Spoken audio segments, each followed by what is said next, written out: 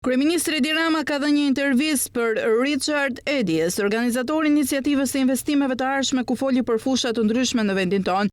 Kryeministri Edi Rama foli për nxitje bashkëpunimit midis sektorit publik dhe atij privat, duke theksuar rëndësinë e hapësirave ku vendimarrësit dhe njerëzit në terren mund të ndërveprojnë dhe të shkëmbejnë ide. Ai theksoi potencialin e Shqipërisë si një qendër për Europën për shkak të karakteristikave të saj gjeografike dhe kulturore, duke krahasuar atë me një Itali të re për mundësi dhe mikpritjen që ofron.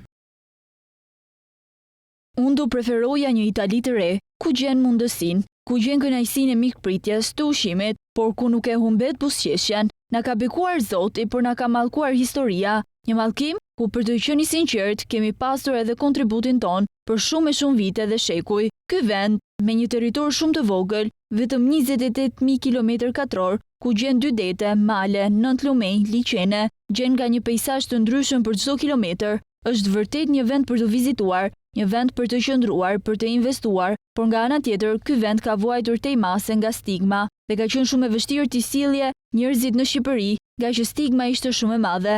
Pastaj kur erdhën, sa herë vinin thonin, "Oh, po këtu nuk është siç e prisnim. Tashmë kemi dalë përtej, edhe vitin e kaluar e mbyllëm me 12 milion turistë, e kjo është një shifër jashtëzakonshme për një vend me vetëm 2.4 milion."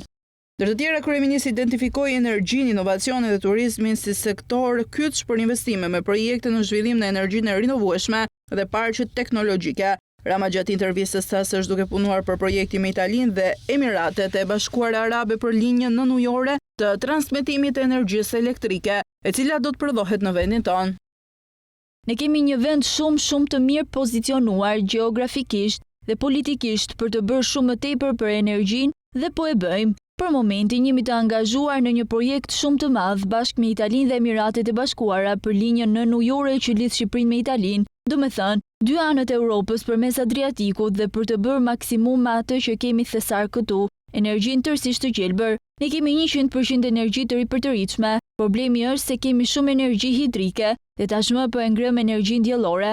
Ka kompani franceze që kanë ardhur, edhe kompani të tjera për të ndërtuar objekte për energjinë diellore, kështu që energjia është padyshim një nga frontet. Një tjetër janë të rinjtë e kualifikuar shqiptar, të cilët janë një lëndë e parë shumë e mirë, ta themi kështu, për të punuar sa i takon inovacionit. Aktualisht kemi ngritur parkun e parë teknologjik me stimuj shumë të mirë, ndaj ka shumë kompani të interesuara të vinë. Pastaj edhe në shërbime jemi mirë, por turizmi, energjia dhe inovacioni janë 3 nga drejtimet ku mund të bëjmë shumë më tepër. Kreu i qeverisë gjithashtu trajtoi sfidat e Bashkimit Evropian në procesin vendimarrës, duke theksuar nevojën për unitet për të përballur fuqitë globale në rritje.